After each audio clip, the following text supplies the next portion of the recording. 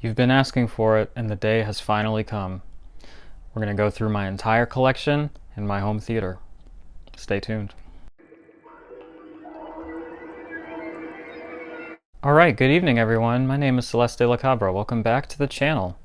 Now, today's video has been something that has been requested basically since I started making videos back in March. And I've always been hesitant to do it because it just seems to be such an unwieldy project. I wasn't quite sure how to meet in the middle between doing something completely cursory and not at all informative and going through every single Blu-ray, which would have been a ridiculous project. I might do that in the future. I'd have to break it up into parts, I think. But what we're going to do today is I'm going to walk around my home theater room and my movie room and essentially take you on a tour of my entire Blu-ray collection, well, my physical media collection really, and my home theater setup. So just to kind of give you an idea of what we're working with here, people ask me how many Blu-rays or how many films are in my collection, and I'm really not sure how to answer that because really there's a few different answers I could give. I have a pretty in-depth letterbox list of every film that's in my collection. I'll link that down below. And so that way I actually have every single film that's actually included on the discs listed. And I also take the time to list a lot of the supplements. So a lot of the included short films, a lot of the making of documentaries, interviews, and featurettes, stuff like that. My original venture was to add pretty much all of it, and at a certain point I kind of gave up. So now I just kind of add supplements as I watch them. But that list is at like almost 2,000 films. So, and I mean, the vast majority of those are feature-length films. A good chunk of them are documentaries and stuff like that, and a good chunk are short films, but I'd say 1,500, maybe a little bit less, are the like feature-length narrative films that are like the main attraction on the discs. So there's that way of looking at it. On bluray.com, they also have their own system for listing movies, and it's around 1,500 there. But you could also list it by like how many barcodes are in the collection. So like a complete filmography set would count as one title. And I think I'm around 950 if you count it that way. It's really kind of hard to gauge it, but yeah, that's why I have a hard time answering that question. Around 1,500, let's say that, you know. So obviously I'm not going to sit here and read them all out to you one by one, unless you all are really crazy. You really want to see that, maybe one day, but I think I'd have to break it up by label or something like that. But yeah, we're going to go through it just as a general overview of what to expect. I typically more or less separate my collection by label, and then within that I separate it based on packaging, just because I like the way it looks when it's all really uniform on the shelf. And inside of that, it's usually alphabetical.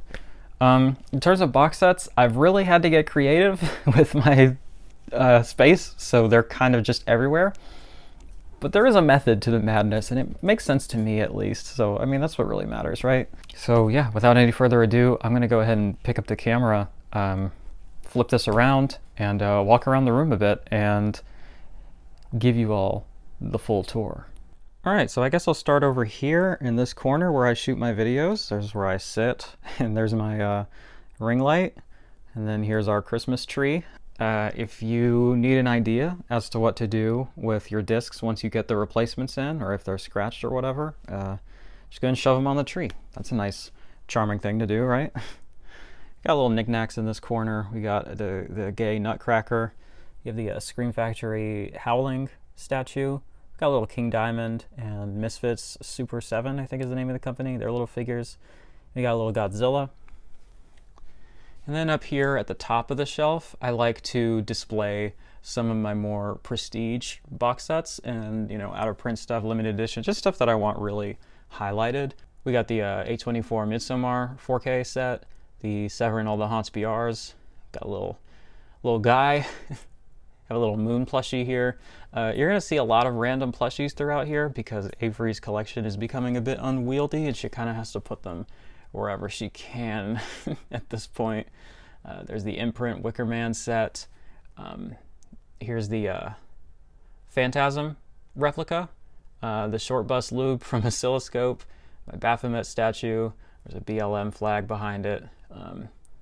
It's my Transbat, the Trilogia de Guillermo del Toro Blu-ray box from Criterion, the Universal Classic Monsters 30 film collection, and a little goat.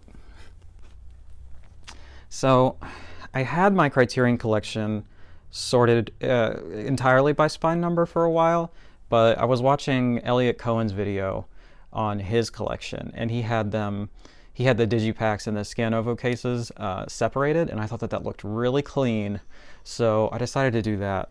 They're still sorted by spine, but now they're just separated. So, it starts here, and all the really big sets are all in various places where they look good or where they fit. So we start getting into the plastic cases here.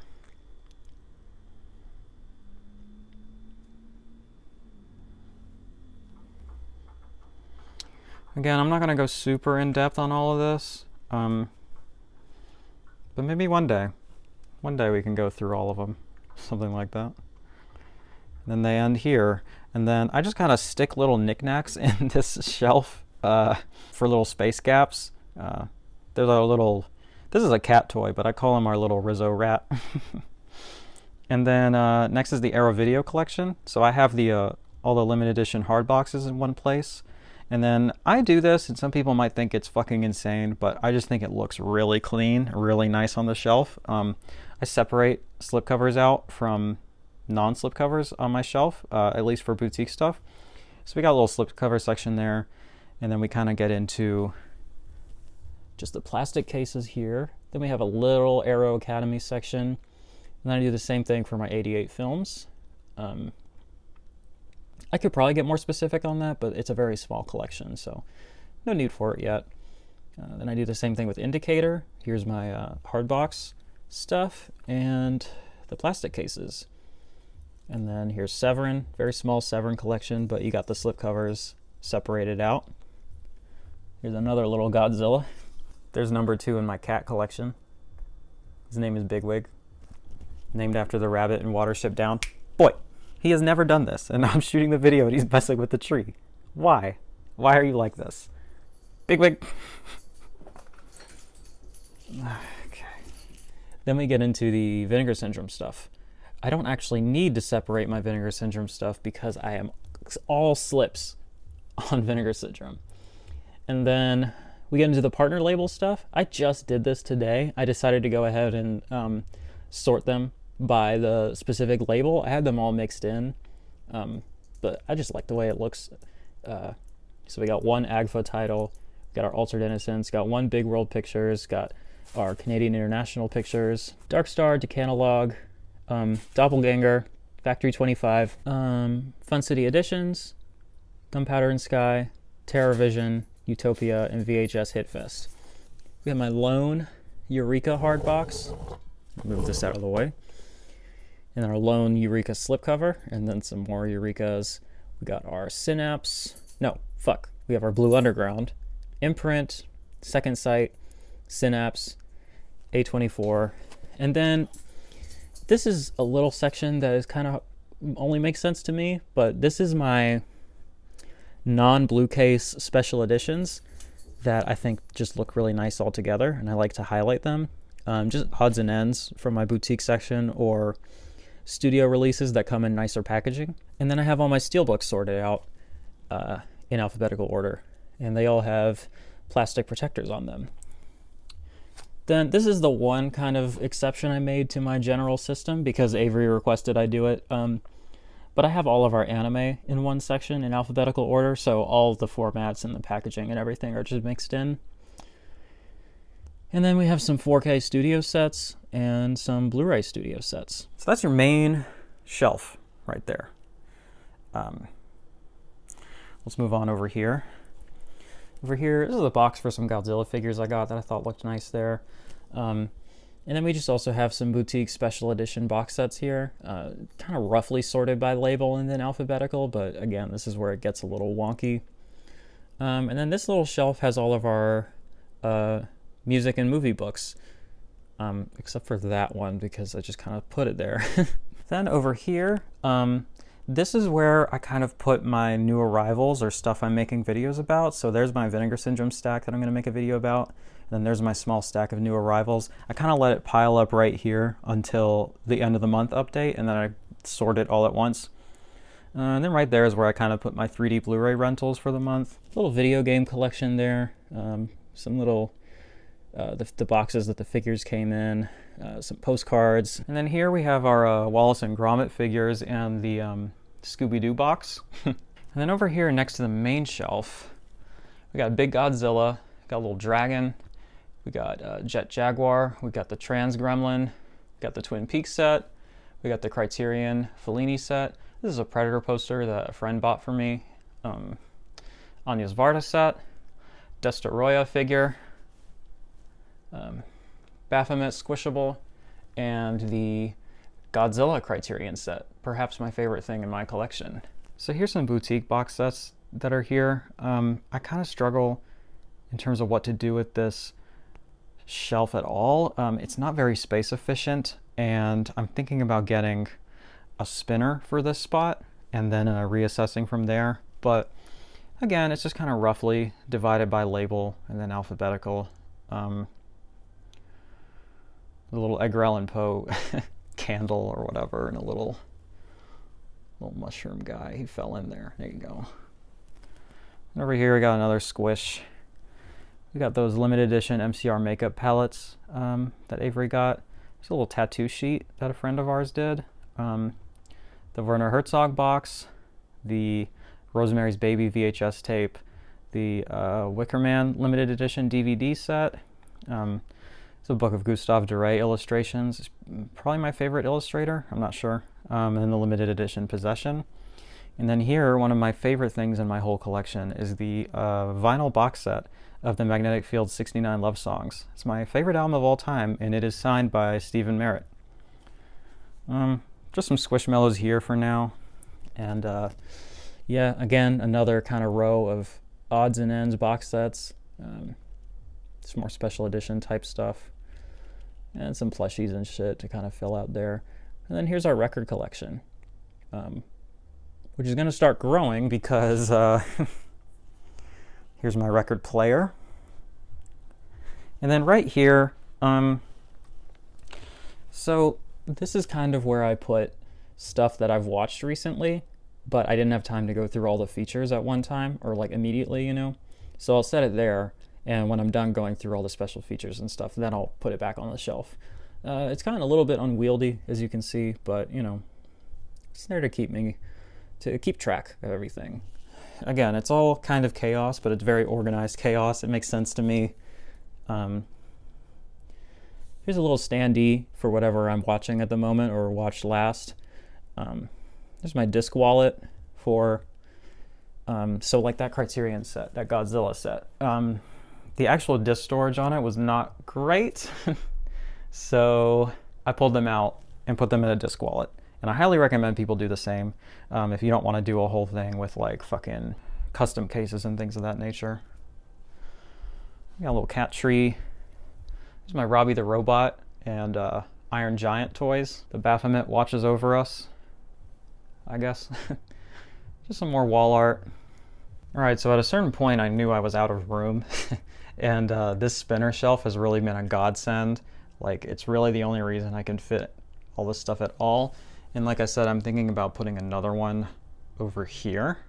But here we just have more box sets displayed on the top. So we have the Columbia Classics Volume 1, Volume 2. Try to be careful spinning this thing because there's a lot of money on it, you know? Then there's Volume 3. My neighbors are being loud as fuck, if you can hear that. And there's the Evil Dead Groovy Collection. So in terms of what's on the spinner, well, we just have a shit ton of stickers. This is kind of our hub to just put all our overflow stickers that we get, because we just get them all the fucking time from various places. But this is what I call my blue case boutique section. So stuff that's put out by labels that I really like, but don't go as far as to put them in clear cases or really fancy packaging. So it kind of starts with a mix of things that I don't really have enough to justify its own section. So we have a lot of like MVD and Kino Lorber and Vestron, that kind of thing. Just random stuff, really. So it goes on from there. And then we have my oscilloscope collection, which is sorted by spine number. I guess that technically could go in the boutique section, but I guess because it has this blue label on top, it feels like it's in a blue case. My brain makes sense. Not even to me sometimes. And then here's the Kino Lorber Studio Classics section. I'm actually a big fan of this because they just line up so nicely and they match so well. So I have all my slipcovers together, and then, you know, the famous spines all together. Now, I used to have a completely separate 4K section, which is all of it mixed in, and I hated that. And I really like this new system that I have set up better. So there's that, and then my very small Cohen Media section. And then in keeping with the boutique section over there, my Scream Factory with the 2 hard boxes that I wish they would do more of at the end. And then my slipcovers. Some little box sets that really just kind of look like slipcovers on the shelf. And then the blue case stuff. And then we have Warner Archive. And that's that for that side. So next, now here's another system I have that might not make a lot of sense to most people. But my 2-watch pile is so out of control that, at least for, this is kind of what I call just my bare bones studio section, like stuff that's not even worth $5 or whatever, or just, you know, your standard studio stuff that isn't fancy, that isn't like display pieces, but it's still absolutely worth having in the collection if you love the film, because, you know, you get the best picture quality and all the special features and everything like that. But I was just going so hard acquiring stuff that my 2-watch pile has really just gotten out of hand. So I actually have this section separated out.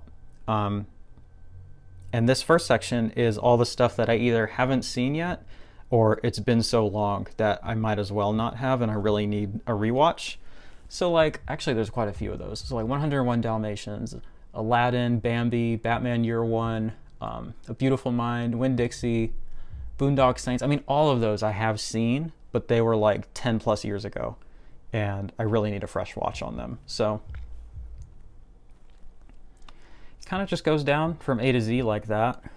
And then, like, you know, that John Hughes collection, I've seen 3 of them, but the other 2 are still to watch, so it's there. Yeah. And it goes on. And then this is where it restarts, right here at 12 Years a Slave, with stuff that I've seen recently enough that I don't feel like I have to rewatch it soon, but of course it's there if I ever feel like it or ever want to. So there's that. And then that section continues here. So, I mean, I'm not reading all of these off to you, but if you really, really want to know, you can pause the video, and like, they're coming up pretty well. So I think you'll be able to see what stuff I have. This one I just kind of threw in there because it is a pain to fucking sort this stuff, and let me tell you, it's not always easy, and sometimes I don't feel like it. I just stick it in there, you know. And then it tapers off there. A couple squishmallows there. And we just have one more section, I believe. And that'll be that for the Blu-rays.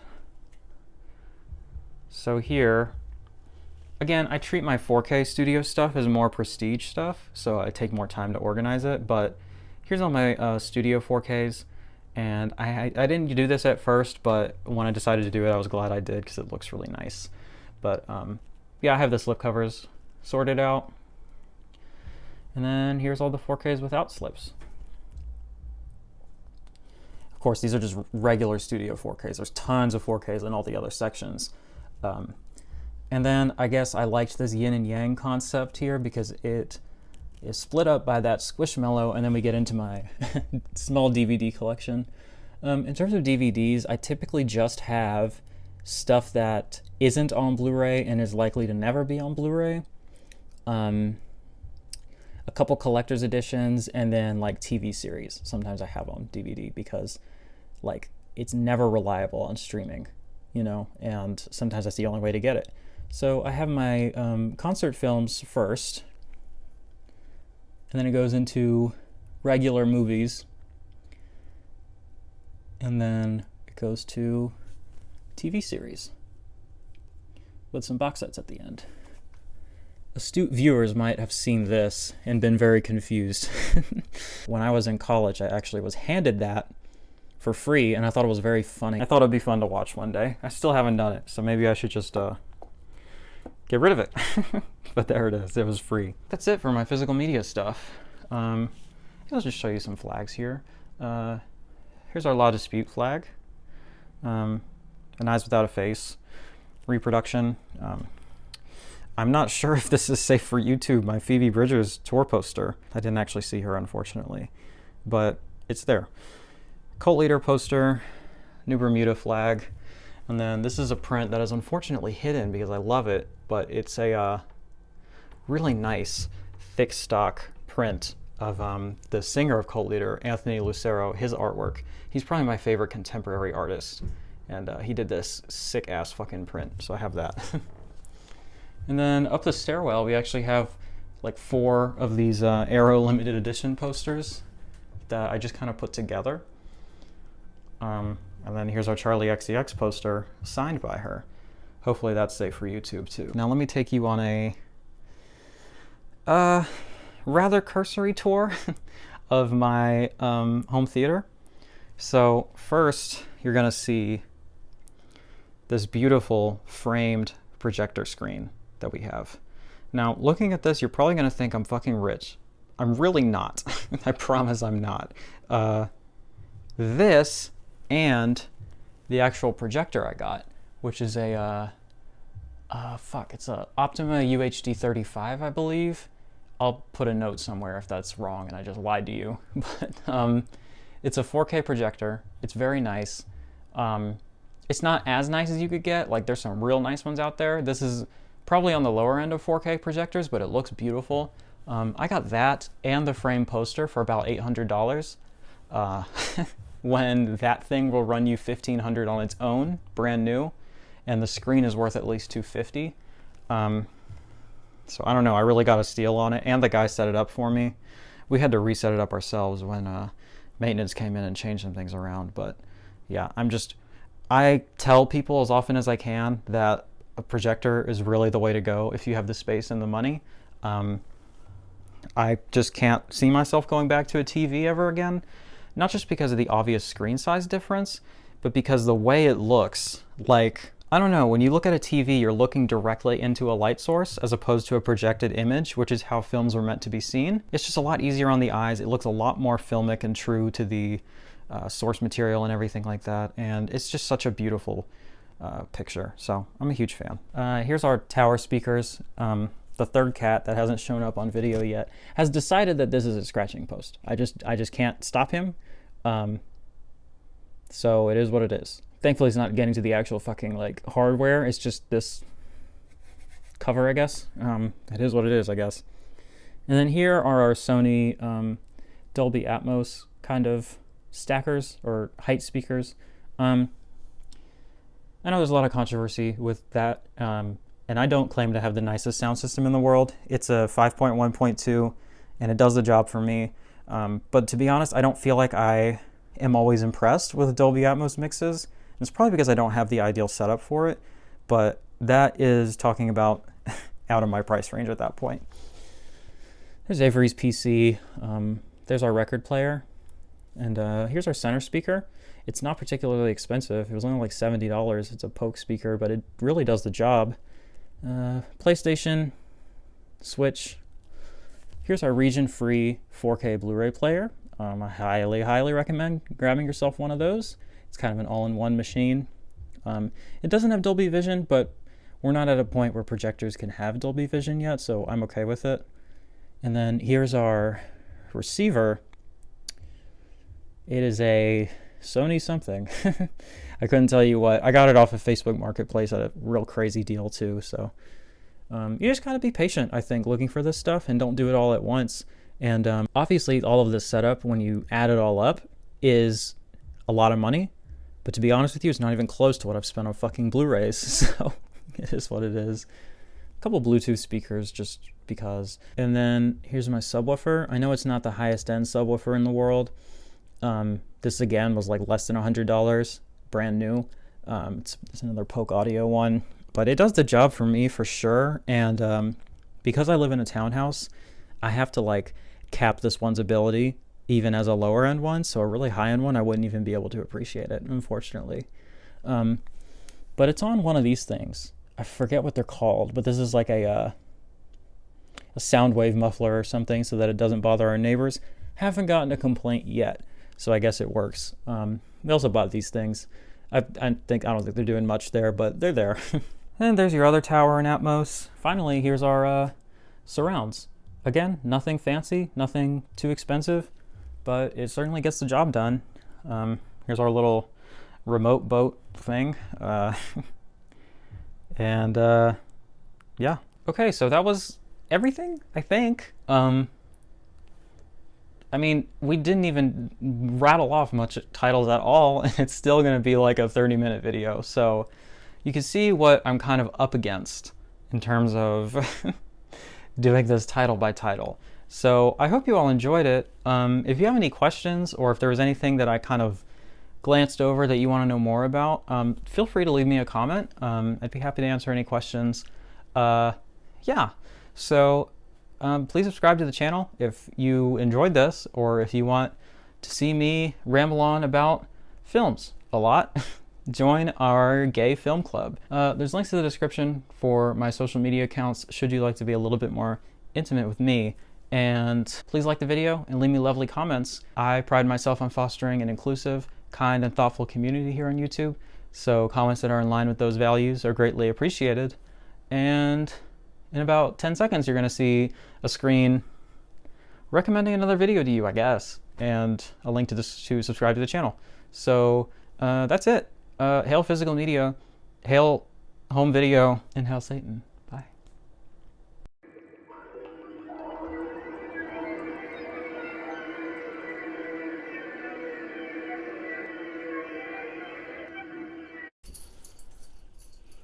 Here comes the other one. That's Pluto. Hello, Pluto. That's number 1 in our cat collection. Cats are great. Playing with the cat noodle while I'm trying to film.